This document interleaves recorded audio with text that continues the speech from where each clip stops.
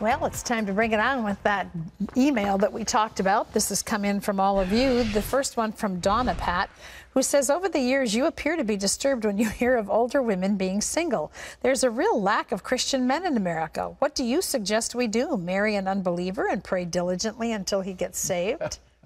No, just the opposite. I don't know where you heard that I was disturbed. You know, the Bible says look after the widows and the orphans, yes. And I think that, well, widows sometimes have a hard time, and I would like to always be the one to help them. No, don't marry an unbeliever because it's bad enough. You know, if the Bible is very clear about what widows should do, they should, you know, stay single or marry in the faith. And they should do good works. But the plight of single women, the Bible says God puts people together in families, and I think families are the best way to go if possible, but not to run the risk of, Billy Graham said it very well, if you marry an unbeliever, you take the devil for your father-in-law, and I think that's the idea. All right, what's next? Okay, this is Jane, who says, Pat, I recently read The Secret Kingdom and loved it. Have you considered a revised, updated edition for 2015? If yes, I'll buy 100 copies and give them as gifts to all my friends and family. You know, everybody who reads that book is touched by it. It was God. It was God gave me. I prayed for going on 5 years to God to show me how the world works.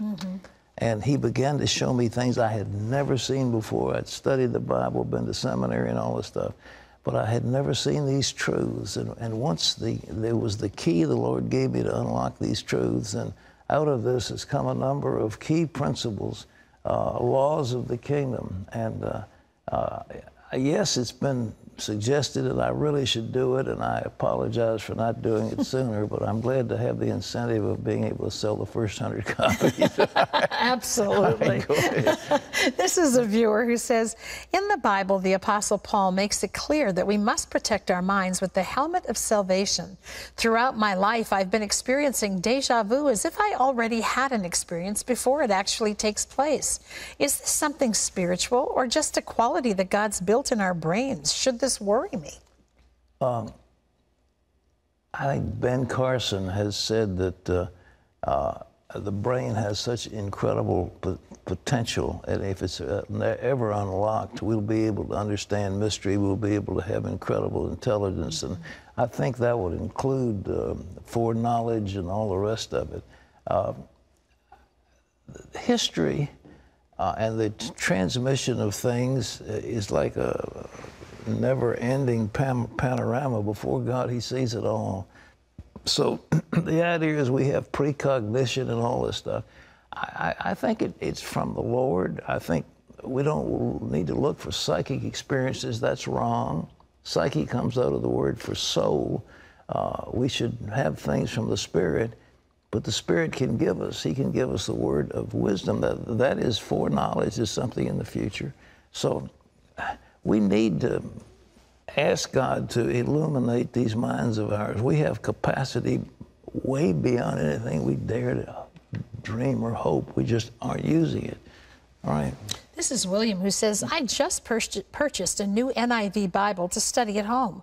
What section or chapter shall I start to read? I'm having trouble deciding what to read in the Bible each day.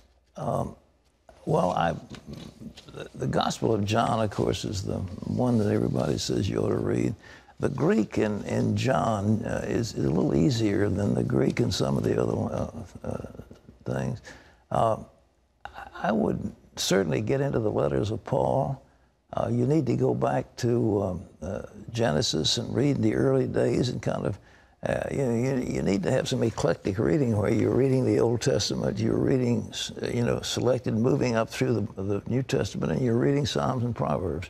I wouldn't do one to the exclusion of any of them. All right. What do you do each day when you have your quiet time? Well, I'm reading sort of eclectically. I'm asking God to give me some revelation, and I'm reading what He shows me. At least, but that's not very systematic. I've done systematic, but I'm not doing it now. Okay. This is Rhonda Pat, who says, my dad remarried less than 3 months after my mom died and also moved out of state.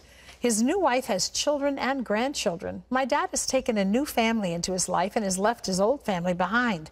My question to you is, am I wrong for feeling like I can't trust anything my dad has to say when everything he said to me after losing my mom has been nothing but lies? He assured me he wouldn't move away and that our relationship wouldn't change, but we don't talk like we used to. Can you give me some advice, please? The Bible says you're to give honor to your mother and father, and I say honor him, but it's clear that he's moved on, and you've got to move on with your life too. He's got a new wife, he's got a new family, and perhaps he feels some attachment to the old, but the old was tied up with his wife, and his wife is dead. So I know it's hard to see what's happened. But sooner or later, your father will come back to the love he needs to have for you as well as his other parts of his family.